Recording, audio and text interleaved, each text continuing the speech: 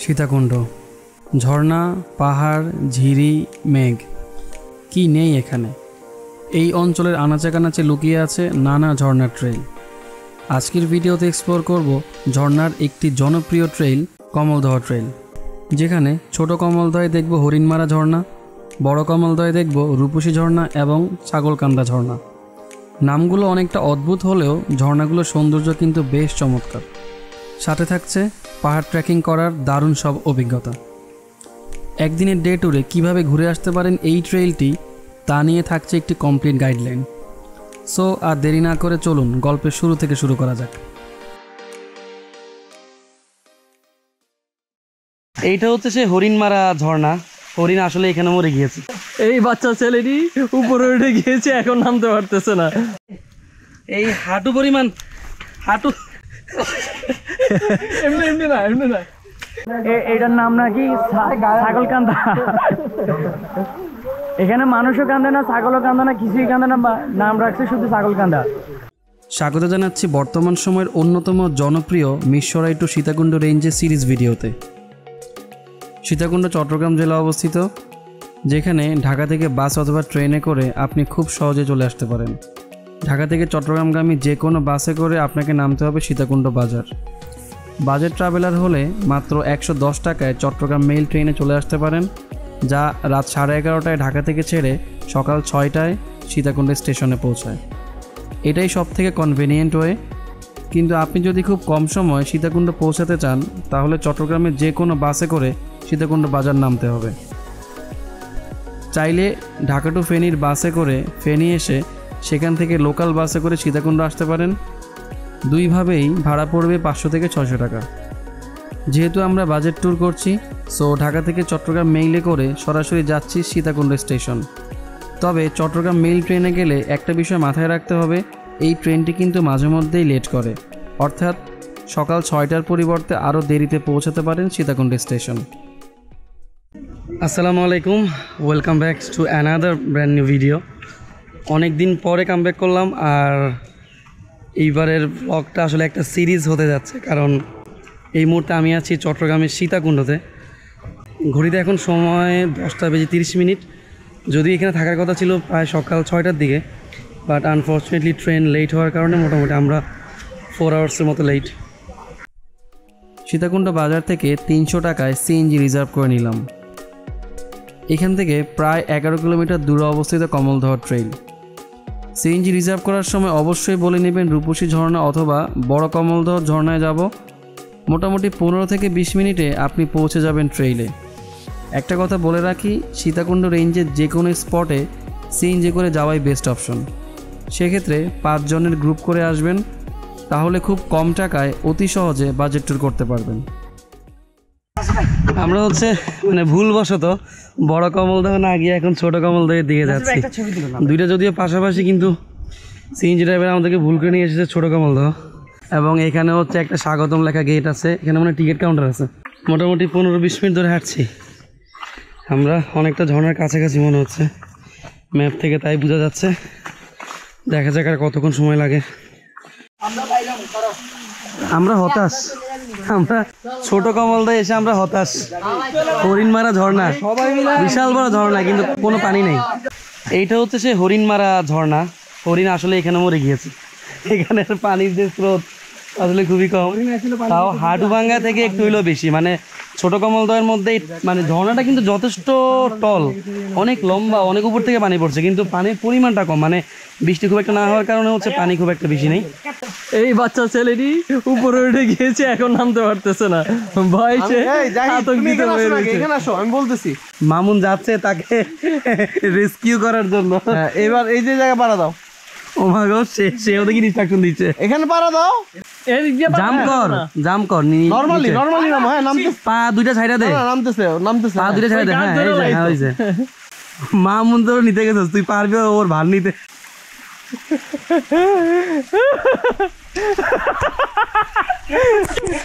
তো আমরা চলে যাচ্ছি হরিণমারা থেকে আর হাডুভাঙ্গা থেকে। আমাদের আসলে নিজেদেরই হাডু ভেঙে গিয়েছে এই আধা ঘন্টা 1 ঘন্টা সময় ব্যয় করে এখানে এসে।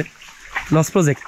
আমরা চলে যাচ্ছিলাম, কিন্তু দেখলাম যে না, ছোটো কমলদহে আরেকটা ঝর্ণা আছে এইখানে। এটা মোটামুটি বাকি দুইটা থেকে একটু বড়। এটাই হচ্ছে মূলত হরিণমারা ঝর্ণা। প্রথমে যেখানে গিয়েছিলাম ওটা হচ্ছে হাটুভাঙ্গা ঝর্ণা, কিন্তু এটাই হচ্ছে মেইন আর কি, মানে হরিণমারা ঝর্ণা। ঝর্ণা কিন্তু অনেক বড়, আমরা ড্রোন শটে দেখানোর চেষ্টা করেছি, কিন্তু পানি না থাকার কারণে আর কি একটুখানি হতাশা। এই হাঁটু পরিমাণ হাঁটু, আরে তুমি আমার ধরো চোরাবালি টাইপের আসতে। এমনি না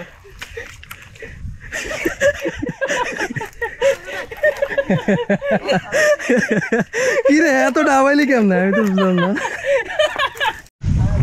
আমরা হচ্ছে ছোটো কমলদহ শেষ করে এখন রেল লাইন ধরে হাঁটছি। আমরা একটা অটো নিয়ে রেল লাইনে নেমেছি। রেল লাইন থেকে সোজা বামে আসলে মোটামুটি 20 মিনিটসের মতো নাকি হাঁটতে হবে, বড় কমলদহ ঝর্ণা পাওয়া যাবে। প্রায় 10 থেকে 15 মিনিট পর্যন্ত হাঁটলাম, এখনও হাঁটছি। আমরা পারতাম মেইন রোড দিয়ে ঘুরে তারপর যেতে, কিন্তু রেল লাইন দিয়ে হেঁটে যেহেতু ট্রেনটা একটু ইজি হবে, তাই এই পাশ দিয়ে আর কি যাচ্ছি। এখানে মোবাইল টিপা প্রতিযোগিতা চলছে, কে কার থেকে জোরে মোবাইল চাপতে পারে। মামুন সবার ফার্স্ট। মেইন রোড থেকে আসলে ঠিক এই পর্যন্ত সিএনজিগুলো আসে, আর এখানে কিছু রেস্টুরেন্ট টাইপের আছে ছোটোখাটো। এখন যে রাস্তায় ঢুকছে এটা কিছুটা বুনো পাহাড়ি রাস্তায় ঢুকে পড়েছি। কিছুটা ঝিরিপথের সন্ধান, ঝিরিপথ ধরে সামনে যাচ্ছি। প্রায় 15 থেকে 20 মিনিটে পৌঁছে গেলাম কমলদহ ট্রেইলের প্রথম ঝর্ণা রূপসী ঝর্ণায়। কিন্তু পানির পরিমাণ এতটাই কম যে সত্যিই হতাশ হলাম। যদিও এই ট্রেইলের সবচেয়ে বড় ঝর্ণা ছাগলকান্দা ঝর্ণা, যেটা রূপসী ঝর্ণার আপার স্ট্রিমে অবস্থিত। এখানে বেশ খাড়া একটি পাহাড় বেয়ে উপরে উঠতে হবে একেবারে রূপসী ঝর্ণার গা ঘেঁষে, যা বেশ পিচ্ছিল এবং কিছুটা রিস্কি। অনেক সহজ, কিন্তু এই জায়গায় আসার পর থেকে মনে হচ্ছে যে না, হ্যাঁ প্রচুর কঠিন। না না না, আমাদের নাসিরের কাছে এটা কোনো কঠিনই মনে হচ্ছে না। আসেন আসেন, আরো উপরে আরো উপরে। ওই যে চিহ্ন মনে রেখো,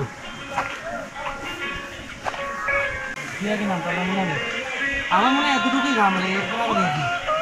ওই যে মানে ঝর্ণা দিয়ে যাতে না আসা লাগে পাড়ে দিয়ে আসছি। দেবতা পাহাড়ের ছোটখাটো ভাই এটা।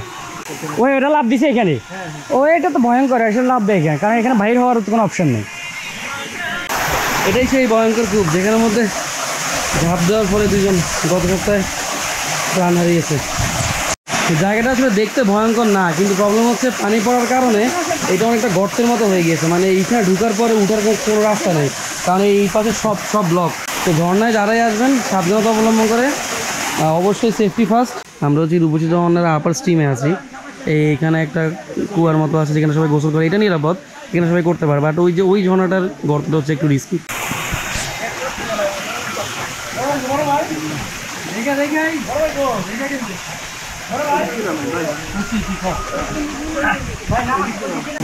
নামা সহজ, এদিক দিয়ে নামা সহজ হবে।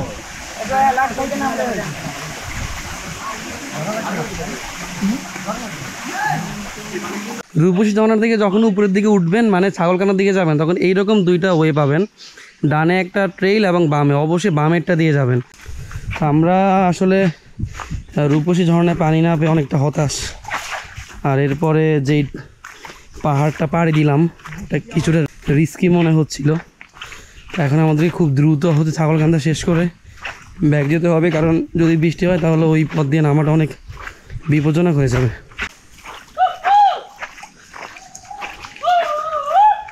এই যে আরেকটা মানে ওয়াই পয়েন্ট, এই পাশে গেলে একটা ট্রেইল, এই পাশে গেলে একটা, কিন্তু অবশ্যই বামে থাকতে হবে। আমরা কাছাকাছি চলে আসছি, একেবারে ঝর্ণার শব্দ শোনা যাচ্ছে। আমরা মামুনের শব্দ শুনতে পাচ্ছি, সে আগে আগে চলে গিয়েছে।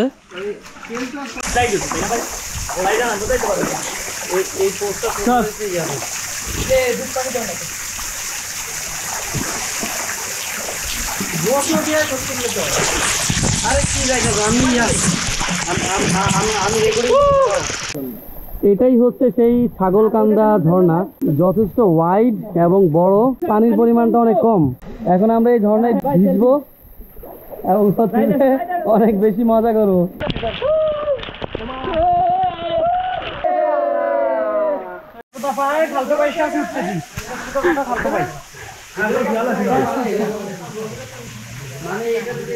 এই পাশ দিয়ে উঠুস না। ভয় পাই না। খালতো ভাইয়ের কাছে আসি, খালতো ভাই।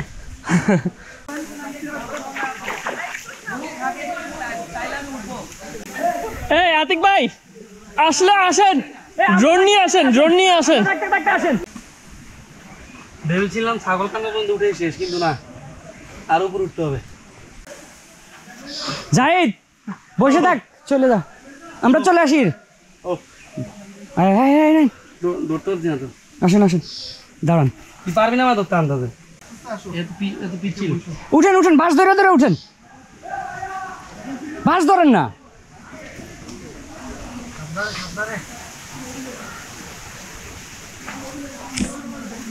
লিমন ভাই উঠতেছে, এটা যতটা সহজ মনে হয়, এই আস্তে আস্তে দেন। কঠিন হলো। সহজ কিন্তু না, আমি বারবার স্লিপ করতেছি। আমি ড্রোনটা নিয়ে নিই, দাঁড়ান দাঁড়ান।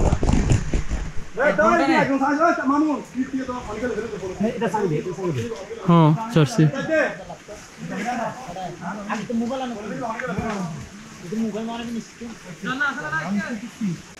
আমি কি স্যান্ডেল নিয়ে না খালি কোনো ইচ্ছা আঙ্গুলের উপর খুঁটি রাখবেন। আতিক ভাই নামতেছে বিশাল কষ্ট করে, উল্টো হয়ে নামেন, উল্টো হয়ে নামেন। আপনি বাবরা নামতেছেন কে? না না, আমি এমনি সেফ ফিল করতেছি। আপনি উল্টো হয়ে না নামবেন।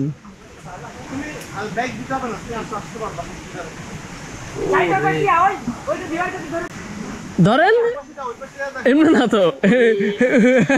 হ্যাঁ আহেন আহেন আহেন আহেন, লাভ দেন।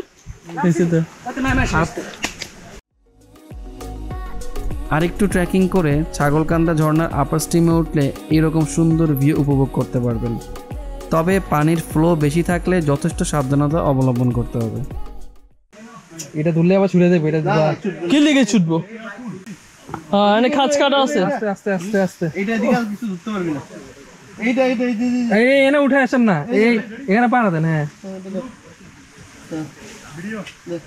না না না, তুই ধরে তুই। না না, আমি এটা ধরছি, আমি তো শুকতে একটা ধরছি। ধর হাত দে, আস্তে, আরে জোরে জোরে পা পেঁচা যাবে, আস্তে আস্তে আস্তে। এবার এটা ধর, এই বাসটা ধরে বাস। বাস স্লিপ করবো দেখ। না না, করবে না। যা যা যা তুই যা। এই যে এটা ধরবি, এরপর এটা ধরবি। তোকে টান হয়ে গেছে। ওখানে একটা বাধা দে।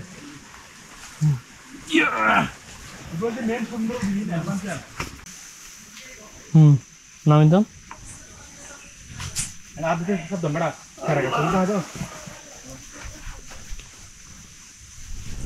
এটার নাম নাকি ছাগলকান্দা।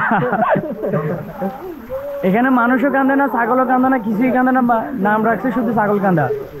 অবশেষে ছাগলকান্দা ঝর্ণা থেকে অনেক আনন্দ করার পরে আমরা এখন চলে যাচ্ছি, ফিরে যাচ্ছি এখন রূপসী ঝর্ণার দিকে। তো এই ঝর্ণাটা খুব সুন্দর ছিল, পানির পরিমাণটা কম থাকলে আমরা যথেষ্ট এনজয় করতে পেরেছি এবং ভালো লেগেছে। এটাই সেই ভয়ঙ্কর সেই ঝর্ণাটা, যেই গর্তটা মানে কুয়াটা আর কি, যেটাতে হচ্ছে কদিন আগে দুজন মারা গিয়েছে। এইখানে হচ্ছে একটা কশন সাইনবোর্ড দিয়ে দিয়েছে যাতে মানুষ না নামে। হ্যাঁ হ্যাঁ হ্যাঁ, হয়েছে হয়েছে, ওইবার ওই ওই পাশে আছে। হ্যাঁ হ্যাঁ হ্যাঁ হ্যাঁ হ্যাঁ।